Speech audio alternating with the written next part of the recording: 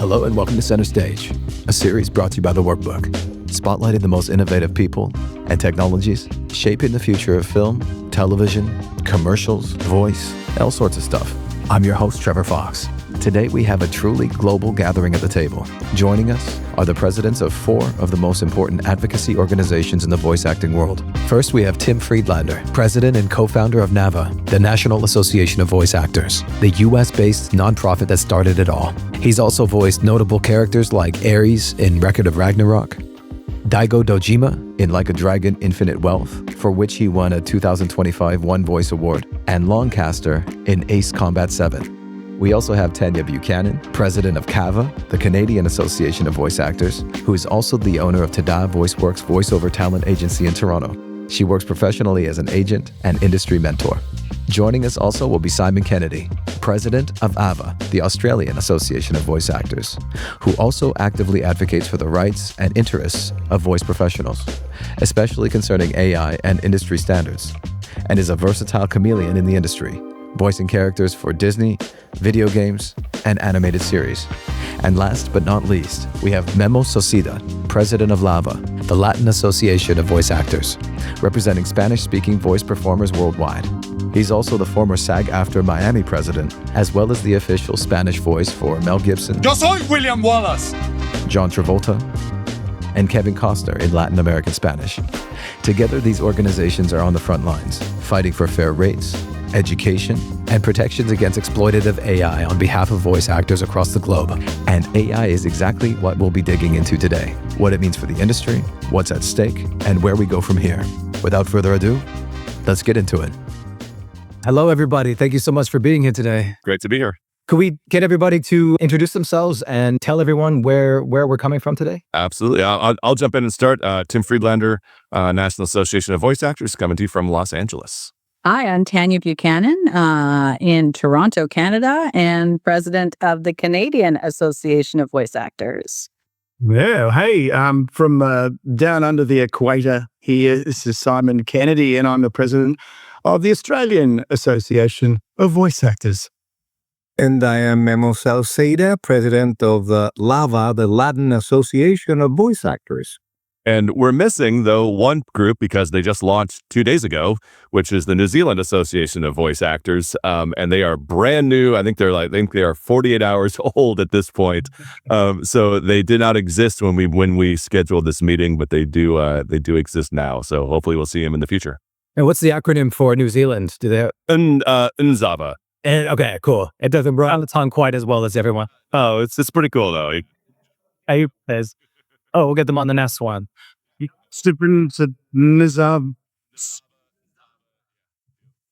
Exactly. Nice. So I'd love to start by saying that what we're seeing here, having everybody here together on this call doesn't happen often. And, the 4 people leading the fight for voice actors across US, Canada, Australia, and the Spanish-speaking markets. Let me start with the question I suspect may split the room. Is there any version of AI voice that you would say yes to, or is the position of these associations a hard no across the board? If I may, I did say yes, and I cloned myself and my voice, but for a very specific project with a company that I have known for more than 20 years that I trust. And when they approached me, I told them, yes, but if we can sign a contract that includes the NAVA rider. And they agreed. I took the contract to a lawyer and they signed it. And with my consent, we did the job. Yes. Okay. Is there any risk involved even with contracts signed? There's always a risk. There's always risk. Right. Yeah, if you trust the company, you mitigate as little as you can that risk. I understand. Okay. And I'll jump in from, kind of like a very broader approach. I think from the beginning, this has never been a talk about anti-AI or pro-AI. This has been a talk about protecting the actors and the artists and the creators who are having their works used. Yeah. And we very much wanted to empower the community to be able to make this decision on their own. And so you have a community, and this is, you're also speaking to 4 different associations that have different ideas about what's going to work in each of their countries. We all have different, country laws that exist. We have different laws in California versus whether you're in New York or whether you're in Miami or whether you're in wherever you might be. So there's a basic level of protection that we want to start with, and then hopefully we'll educate the community well enough that they can feel empowered, like Memo is, to make that decision to work with the company, or be educated enough and understand the risks well enough to be able to stand firm in their opposition to say, I don't feel comfortable. I don't think there is a company that I would feel comfortable working with, and I want to be able to abstain from doing anything with my voice. So it's hard to say. I think, to say there's a blanket statement, we support both. We support the ethical use of it, but we also support those actors who choose to stay away from it and who are very much in opposition of human voices being replaced by AI voices. I think that's one thing that we're all common on is it's a lot about education. That's why we're here as associations, to educate the actors on what's out there and what we learn, because it is all about knowing the facts before each of them makes their own personal decision. Yeah, I think as well, and I've had plenty of conversations here with people and educating them on what is ethical AI. And look, I mean, ethics, you could say it's black and white. It's either ethical or it's not. But as we know, people can be quite comfortable buying a $3 T-shirt from Target, not really thinking about the origins and what's happened along the line. And is there anything that's 100% ethical in the world of AI voices? Not much, although we do have companies like Vox out there trying to, from the ground up, build ethics where consent happens at every level.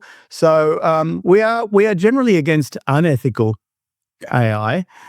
Is there any out there? Well, that seems to be up to the individual user, but I do support choice. We do support choice, but we also support transparency in every way as well.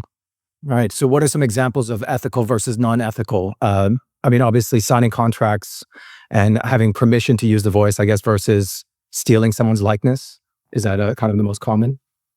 That would be, I mean, I think this is kind of, as Simon said, I think even the idea of what is ethical has changed and morphed over time. Yeah. I think, and I'll, like, it's very tough for all of us to speak about this because we have our own personal opinions. Plus we have the kind of the ideas about the associations that we're a part of and that the perspective we're taking with that. And then we also have to look at what the global landscape looks like and to see where people are going to decide something is ethical and something is not. For us and for myself personally, and for most of what NAVA has kind of moved to in the last year and a half or so, is that an ethical platform has to happen from the ground up. And that has to happen from the beginning of the training data all the way through the output stage. And there are very few, if any, on the market that are fully from the ground up all the way to the output side. Not to say there aren't some out there, but that is not the majority of them. The major companies are not ethical from the ground up, and this is the very foundation of almost all of these lawsuits that are happening now, is around the acquisition of this training data in the first place. Absolutely. So NAVA's own survey found that nearly 1 in 10 voice actors had discovered a synthetic copy of their own voice in a real professional project that they never agreed to. Yeah. Their identity working without them. So I'd love to go around the table here and ask who here has had that happen to them or someone that they know. Fish Audio has been in the news right now through the UK, and here we discovered at least a dozen of our members plus others where their voice likeness was there available to use. So it is pretty common, especially if your voice is in something that's somewhat recognizable, such as the cast of Bluey, for instance. Not hard to find those guys on these cloned voice platforms. We have just completed a survey which we're yet to release all the results, but we did find that, and this isn't necessarily discovering your voice somewhere, but we have discovered that around 30%, close to 30% of members who took the survey have knowingly lost work to AI. That's knowingly. So God knows how much you can add to that for the ones that aren't aware of. Yeah, and I think that's a bigger, like, in NAVA is 20% right now. We were 13 or 14% last year. It's growing. And there is there's a difference between losing a job to AI and then losing a job to yourself, the clone of your voice in that. We're dealing with the same thing from Fish Audio as well. I mean, it's very publicly been called out by Equity, and other associations have called out the misuse. I'm looking at a list right now of 17 of our members who have found their voices on Fish Audio and who we're working with. Memo and I have been working on we've got a Spanish language version and an English version of instructions on how to submit a copyright takedown notice for that. And Tanya, same thing in Canada, I would assume. Yeah, we actually started to collect at CAVA. We started to collect anecdotal data on specific stories that we can share with the government, and we're looking at this as people who have reached out to us. Yeah. About 10% of our members have already shared those stories. I know that number is a lot higher, but actual data that we're trying to get to the government to give them examples of, not just numbers, but actual stories of how this is happening. In February, 2 actors called me and told me about Fish Audio, and their voices were there. So luckily, they were members of SAG-AFTRA. So I called the executive of the Miami local, and he sent an email to Fish Audio directly, and they agreed to bring down that content. And from there came those instructions that Tim mentioned, and now we have those instructions for people that find their voice there, so they can follow them, so they can bring those voices down. So it's like playing whack-a-mole, really, isn't it? And the one thing with these sort of platforms is when it's an open forum for people to upload audio and clone it without any checks and balances, it is going to be like this ongoing. And I think that those kind of models probably need to stop. So at this point, it's basically on an individual case basis. People hear their thing, then their voice being used or replicated, they have to call in or email in individually until we figure out how to stop that completely. Yeah, currently, and that is because that we're dealing with like individual personality and biometric data that we as an association can't submit requests. So we can submit information, but you really need it to be from the people whose actual voices and biometric data has been being misused to submit those requests. So are there any particular markets that are being hit the hardest right now, be it dubbing or narration or animation or all of the above? I'm curious to hear what the answer to this is, because I think it's going to vary by country, but I also think it's going to vary by the genres within which we all work in, that I think everybody's seeing, so I think I'll start off the bat. I think the most reports that we have had are from people who have done kind of beginner voice actors who had done YouTube videos or worked for people with social media posts who have then had their voices cloned for future use. Mm-hmm. That's kind of where the knowing leak comes into play. I think anecdotally have just seen a drop off in auditions and work over the last 6 months or so, kind of across the board. Though in LA, video games and commercial are still very strong, but I think we're seeing a drop off in a lot of different areas. But this is really curious to hear what everybody else has to say here. So. For us in Canada, commercial is still pretty strong. The biggest really is non-broadcast. When we're talking about e-learning, anything in that genre. So far, commercial is standing strong. Our animation and video game, it's next. We're starting to see the animation and video game is going down. I foresee commercial to be the last, but it's not untouchable either, right? Well, I mean, our survey actually showed in the last 12 months that 61.2% of voice actors have seen a decrease in income. So 61%, that's a lot. And the top 3 is radio, TV, and non-commercial. So we're talking a lot of corporate videos, that sort of thing, e-learning. That was the one that I always imagined would go first. I mean, it's the lower end of the budget when it comes to things like that. Definitely when it comes to so things like the voice cloning and who's being hit on that level, Fish Audio as an example. Obviously, anything that has a fan base, clearly, you're going to get that, all the Disney stuff, all the Bluey stuff, all that sort of stuff that people were like, yay, I love this, I'm going to copy it. But we saw probably half of the voice actors that found themselves being non-consensually cloned were from promo voices, channel promo voices, which I thought that was interesting. That's really awesome. Yeah. So why that one? I don't know. I mean, they're bubbly voices, they're great, and I don't know. But that was probably half of them that we found. Yeah. Talking about promos, a friend of mine, the producer told her, look, we're going to replace you with AI, and it's not me. It's the top management. They want to change everything to AI.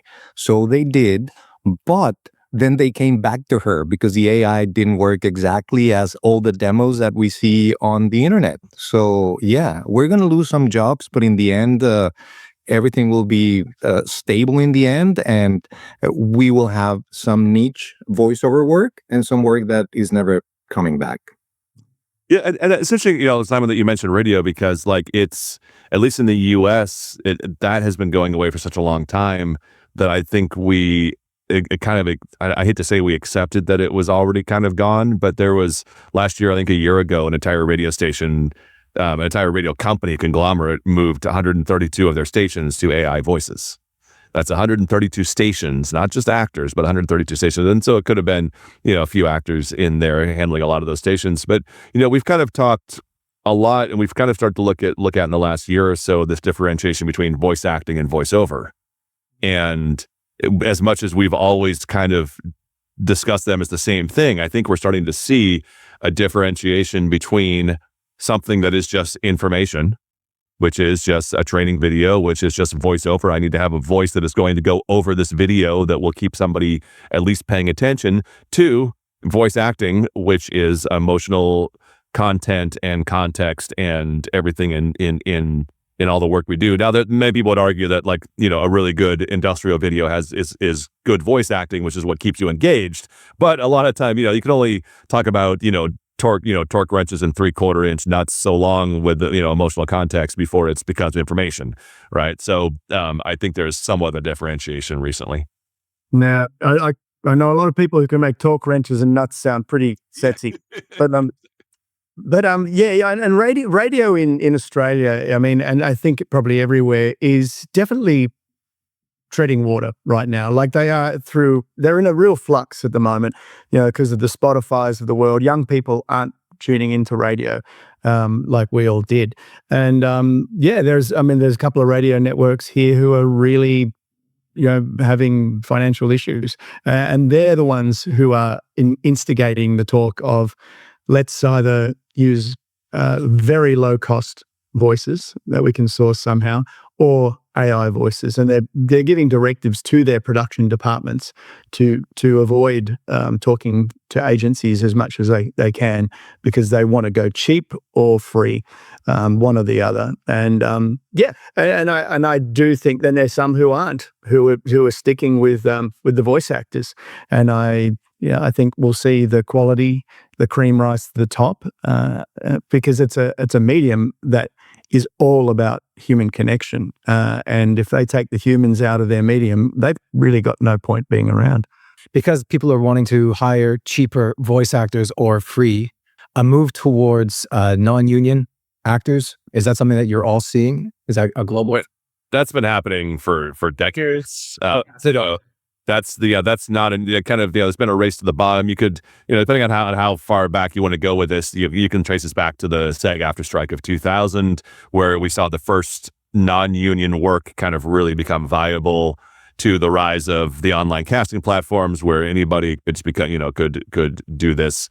We put the industry, our numbers from NAVA kind of, on the research that we've done, puts most of the work, puts about 80% of the industry as being non-union work in the U.S.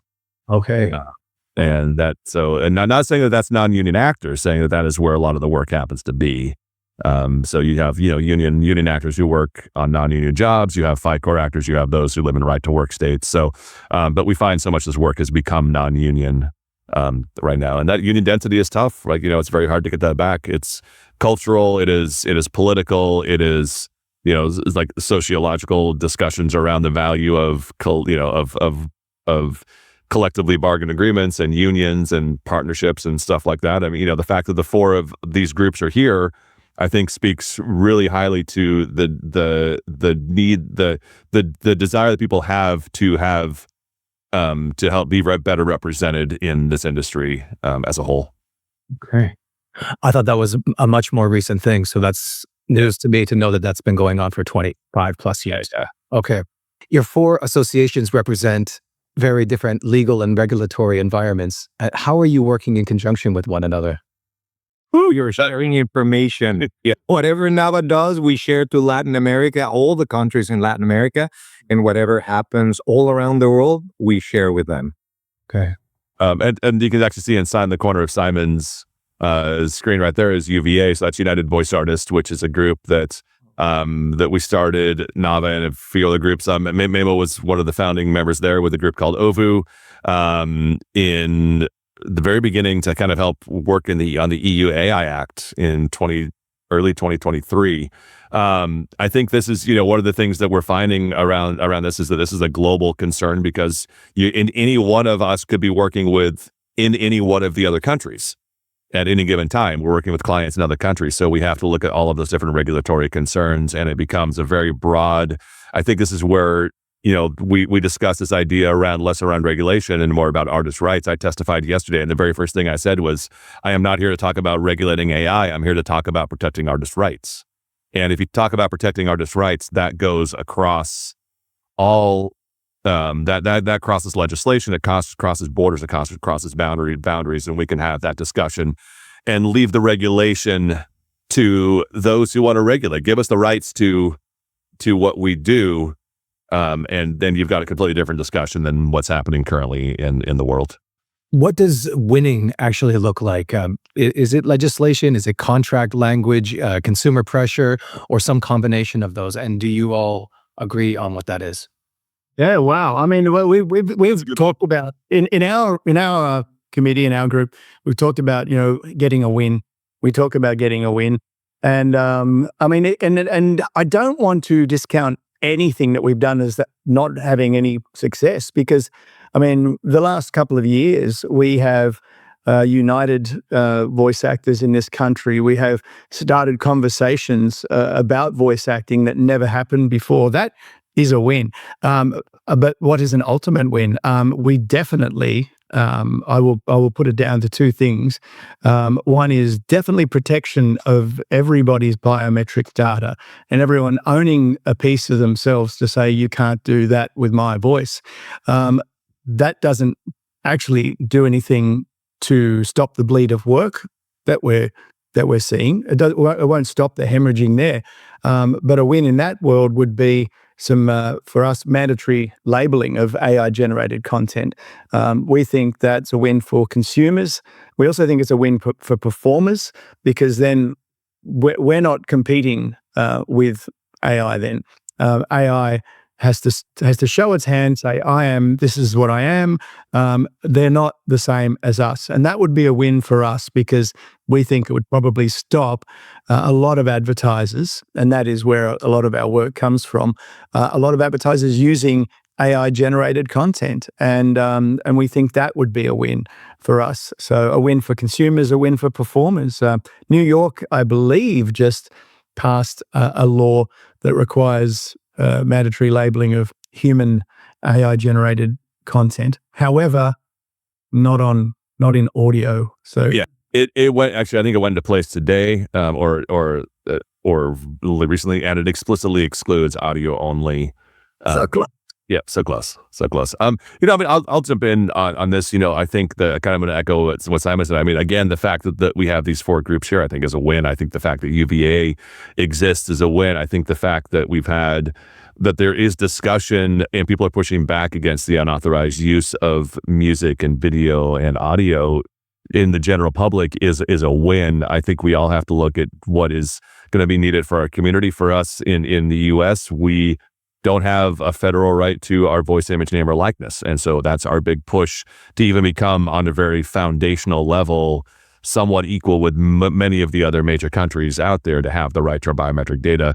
So for us, the passage of the No Fakes Act would be a big win on our part in this country, in the U.S. I would add all of the above, but also a win is the young generation being against AI. Yep. When I jump into ChatGPT, my kids go, "No, Dad, do not use ChatGPT."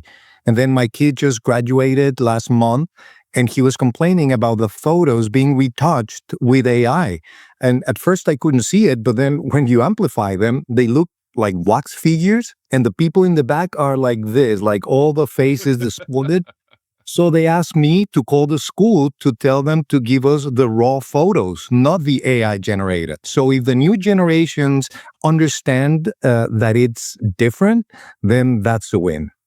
That's heartening to know. I thought that it was kind of the opposite. I assumed that the younger generations were more accepting of this new technology because it's more what. At all. Nope. Go look up some graduation speeches recently and watch all the people getting booed off stage. So yeah, Tanya, what's the Canadian, like?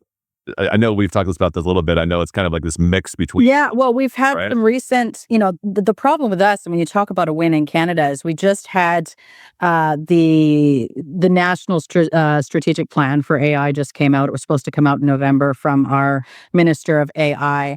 And what's really disappointing, and we saw this, is it's really 95% of it is about innovation as opposed to protection, which I think both need to happen. Without protection and innovation, and I was looking into the deep details of it today because it just came out, and I think there was 11 points in there, and only one has anything to do with protection.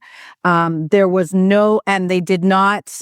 There's nothing about the creative community, who were, all the unions were involved in talking to in this. It was really disappointing. There is a little bit in there about protection for children, but really, it's all about innovation and how the Canadian government can make money, which is, and we're, that there's a place for that too. We want to make money but there's a real push in Canada to be at the forefront of AI technology. However, there's not the same amount of talk about how we, have regulations and protections in place at the same time. So we continue to just keep talking. That's all what it's about, I think, for all of us. Is just keep talking, whether it be education, whether it be talking to the government. We spoke with the Privacy Commission here in Canada, and they hadn't even thought about the voice acting community at all. They're like, oh yeah, I guess this does affect you. So, that's a win for us, though, that we were able to say, hey, we're here. We actually put a lot into the economy and we matter. And, just having that's, little wins here and there that we can take and just keep talking. It's the same thing here. I mean, basically, we're looking at a government right now that has a massive majority, a Labor government that should be all for the performers. But right now, it does feel like the only ones they're serving are the tech bros. And they just want investment in Australia. They want data centers built up the wazoo. They'll probably turn the Opera House into a data center. It's like they are that keen, and it is basically putting all other conversations aside. And we've met with a lot of members of parliament and senators, and on the quiet, a lot of them saying, the government doesn't. We don't really want to do too much to upset the tech bros, because then Donald Trump's on their case because he's in bed with them, and it's like So we're dealing with that little brother scenario. We don't want to upset Big Brother, but we want all the money, we want all the investment. So pretty much everything else is being put to the side. As of about 3 weeks from now, July 1st, Australia becomes one of the first countries on Earth to force radio to admit when a voice is fake. Simon, your own association called those rules performative. Are you able to elaborate on that? And what are your personal thoughts on these regulations? Yeah, I mean, and forced is a very big word for what is a self-written regulation from the industry. We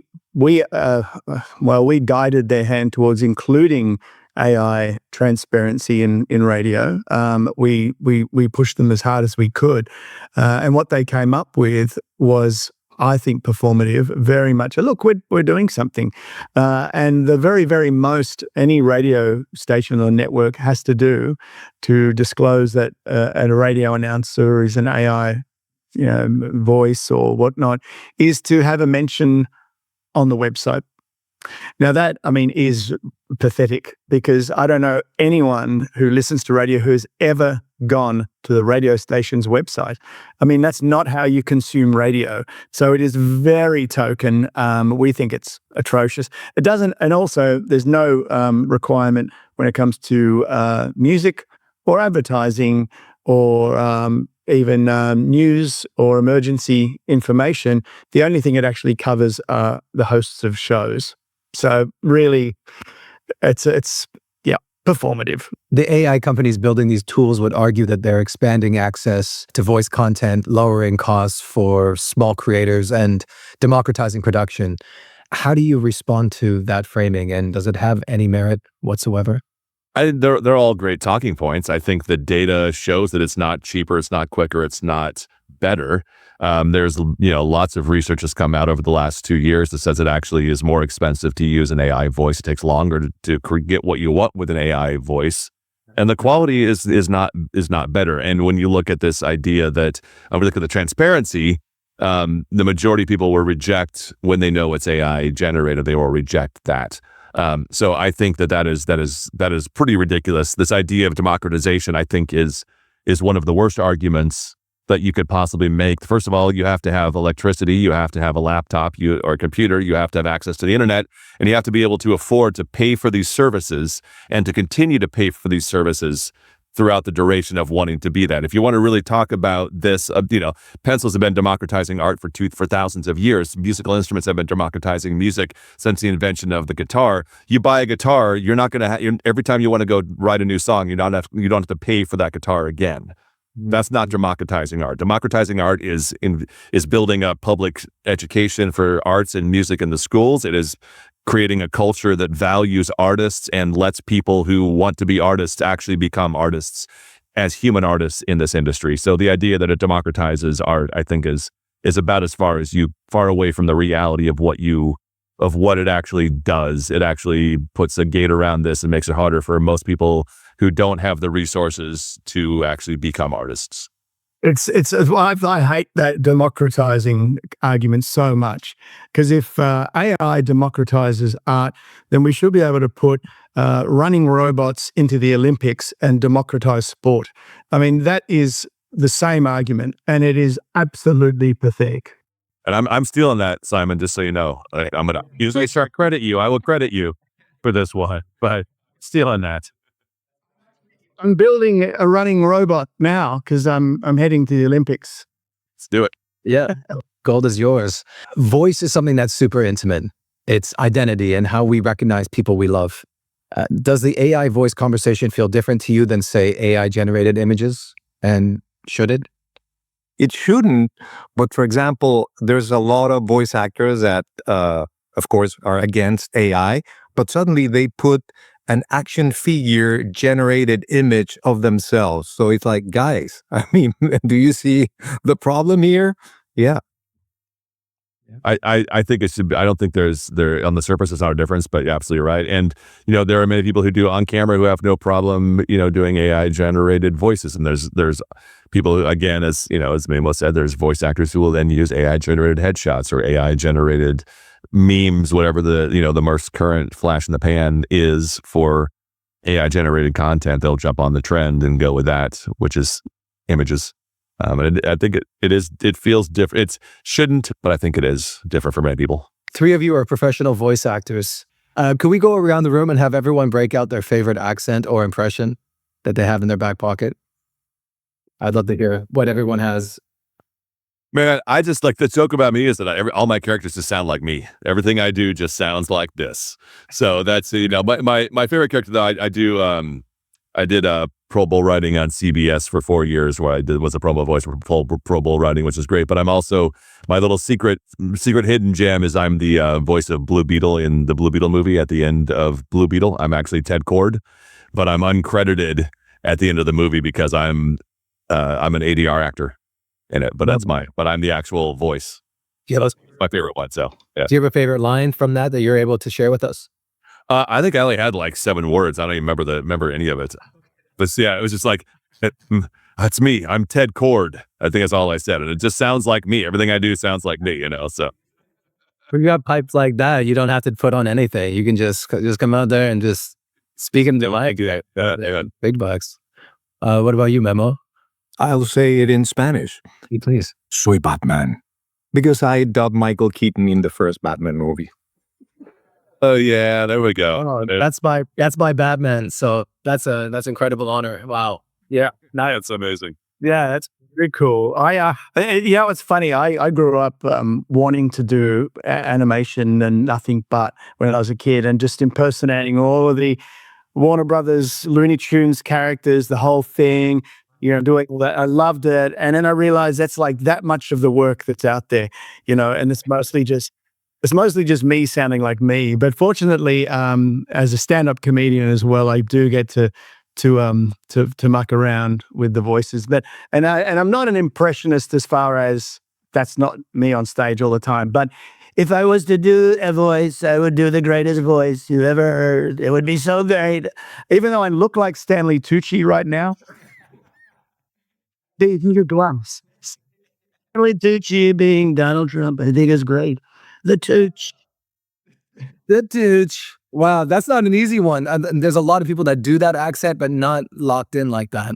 So yeah, hopefully they'll let me back into America after that. Now you're on a blacklist. Let's erase this right now. Exactly. This will never see the. No, never knows it's not coming out now. Okay, cool. I totally know what you mean too. As Looney Tunes, I grew up impersonating all the Looney Tunes and all those, just every, Eric Cartman and everything. But you realize that's like a very minuscule amount of what you're going out for. You do it. I want to do that. I want to do what those guys do. And it sounds blank. And it's like, yeah, what's that back? And then it doesn't happen. Exactly. Yeah. No, I haven't been called in for Kermit the Frog or anything like that. No, unfortunately, but one day, perhaps.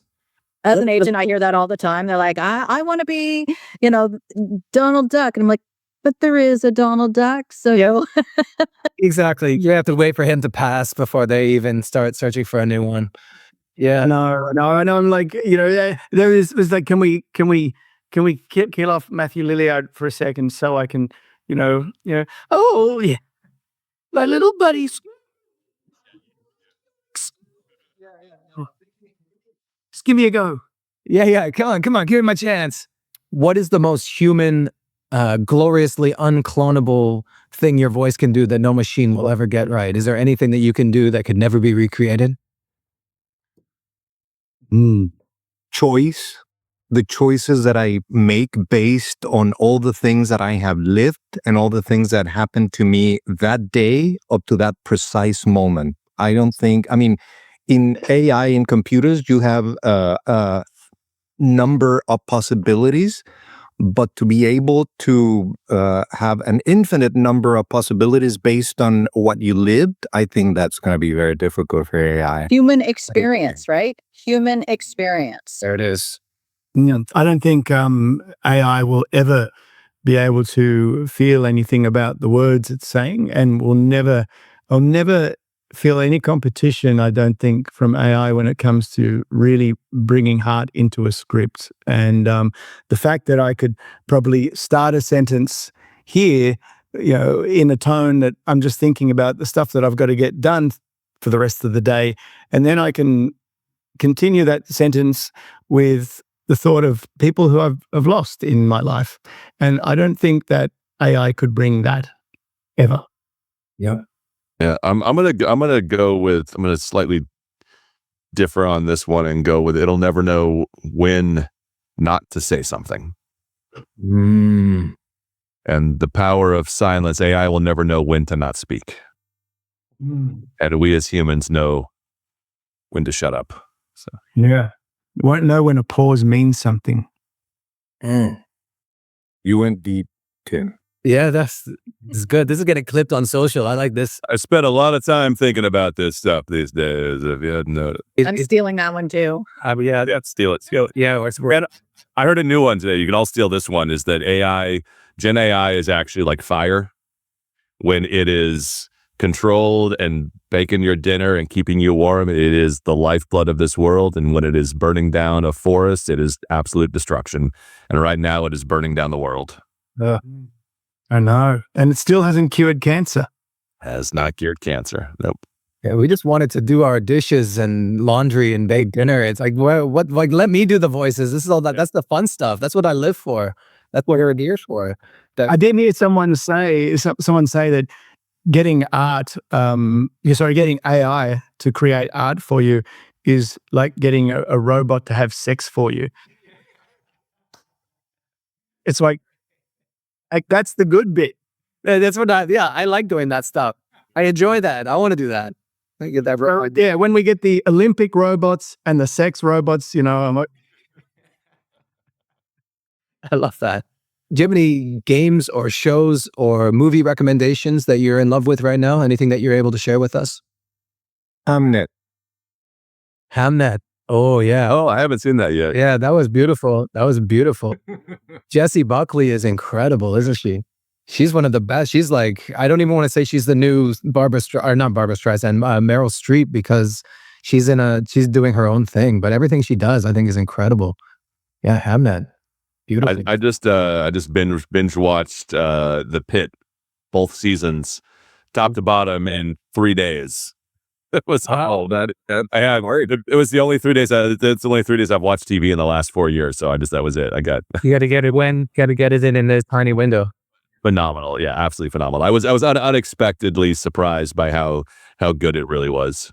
Okay, it's on my list. I haven't wanted to see season 2 because it was so difficult to watch season 1. Ooh, oh man. Yeah.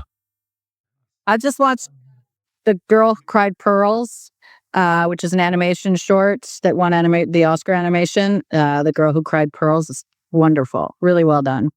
Okay, that's on my list too. The Pit and The Girl Who Cried Pearls. Nice. Okay. Yeah, I'm not going to be changing the world with this one, but I just finished, and now I'm mourning the end of The Boys. That series, absolutely loved it. I mean, it took all my things and put them together. It took my superhero childhood dreams and mashed them together with what's happening to the world right now, and it's great. That was a great series, and pretty pleased with how it ended, to be honest. Okay, I haven't seen season 5 yet. I'm still catching up on 4, so yeah, no spoilers. But I can't wait to watch the rest of that. The cast is incredible in that show. I know. Then that's where the New Zealanders take over the world. Actually, 2 leagues. Is it Homelander is from New Zealand, isn't he? And Butcher, both of them. Oh yeah, that's right. He does not the best Cockney accent, but he's fantastic. He's a great character, isn't he? Yeah. Yeah. Oh man, nice. So you all wear a lot of hats professionally. How do you maintain balance in this increasingly fast-paced world? Do you go on? What's balance? I was saying the same thing. I don't. Okay. And I think there is. I think this is whatever. I'm not trying to sound like a total egotistical asshole, but I think this is a moment in time that we have to step into, make change in this short window that we have, which is 3 or 4 or 5 years potentially. And I think everybody here has stepped into this moment to help lead at least our particular community. And I think right now that the balance is making sure that we are balancing our industry against the AI industry. Vacation trip on later. Yeah. Yeah. Sometimes I pretend, and in pretending, sometimes things happen. So that's how we manifest things, isn't it? Sometimes just being a little bit out of touch with reality. Sometimes you can just sort of. Oh, it's a good one. I mean, I will say that I have a very patient wife and family, because I mean, what we're doing here at AAVA, I mean, we are a 100% volunteer-based organization, and so every minute, every hour, every day that I put in here is time that that my family will miss, and my career is probably missing. So I am definitely, I mean, I'm not trying to be Jesus here, but yeah, definitely sacrificing a bit. But I agree with Tim. Now is the time. It has to be the time. And I'm kind of worried if I don't do it, if I don't lead my team, that maybe no one will. And I've got great people working with me, thank God. It has to happen. And I don't know what's going to look like in a few years' time. We don't know. But if we don't do this now, we're pretty much just handing over the steering wheel to big tech. I guess that's pretty much all the time we have for today. Does anybody have any final thoughts they'd like to impart on anybody watching out there? I'll leave with. Does anybody want to jump in? I have a closing thought. If anybody would want to jump in. Go. I think there is. I've said this in multiple times, and whenever I had this opportunity, that I think that there's never been a better time to be a human artist, and there's never been a better time to get into the arts. There is going to be, I believe, an explosion of a need and an appreciation for what humans bring to the world. And that backlash that we are starting to see against AI is going to directly, I believe, in my personal opinion, create the next human artistic renaissance that this planet is going to produce.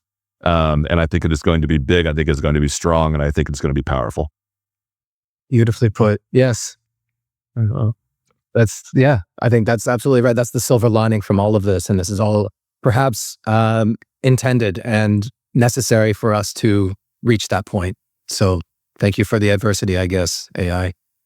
Yeah. Well, I mean, that's when do artists do the best work? When it's up against adversity. Artists literally have spent our entire lives picking ourselves up by our bootstraps and creating entire worlds from our imaginations and from nothing. Yeah. Right. We know how to do this. We know how to live this life, and we know how to create something from nothing that is beauty. I am heartened by young people. Like I actually have an 18-year-old, and she's an actor as well, and a voice actor. She's in first year of university studying law right now, and I'm heartened by her attitude towards doing things herself and creating things herself. And my son, who's 16, is very much like, my wife will be like, "Oh, look at this cute video," and he's like, "Mom, AI slop, yuck, get rid of it." And I love that. I think boomers are the problem, and a lot of Gen Xers, quite frankly, who are just lazily just going, "Oh, this is great. It's I can write my emails." But I think the young people are going to surprise us on this one, and they're pushing back, and they want real, and that makes me feel good. And it's possible. I mean, look at Obsession and Backrooms. Movies made by young people that are having a huge success, more than the blockbusters. So there is hope. That was surprising. Yeah, I want to see both of those films, and I could not care less about Mandalorian and Grogu. That is like, I don't, yeah. I saw Backrooms the other night. It's actually, I went to a movie also once. So go see Backrooms is great. Thank you so much again for coming and hanging out with me today. It's been super enlightening, and I can't wait to cut this all together and get this out into the world, and I think it'll be super nice.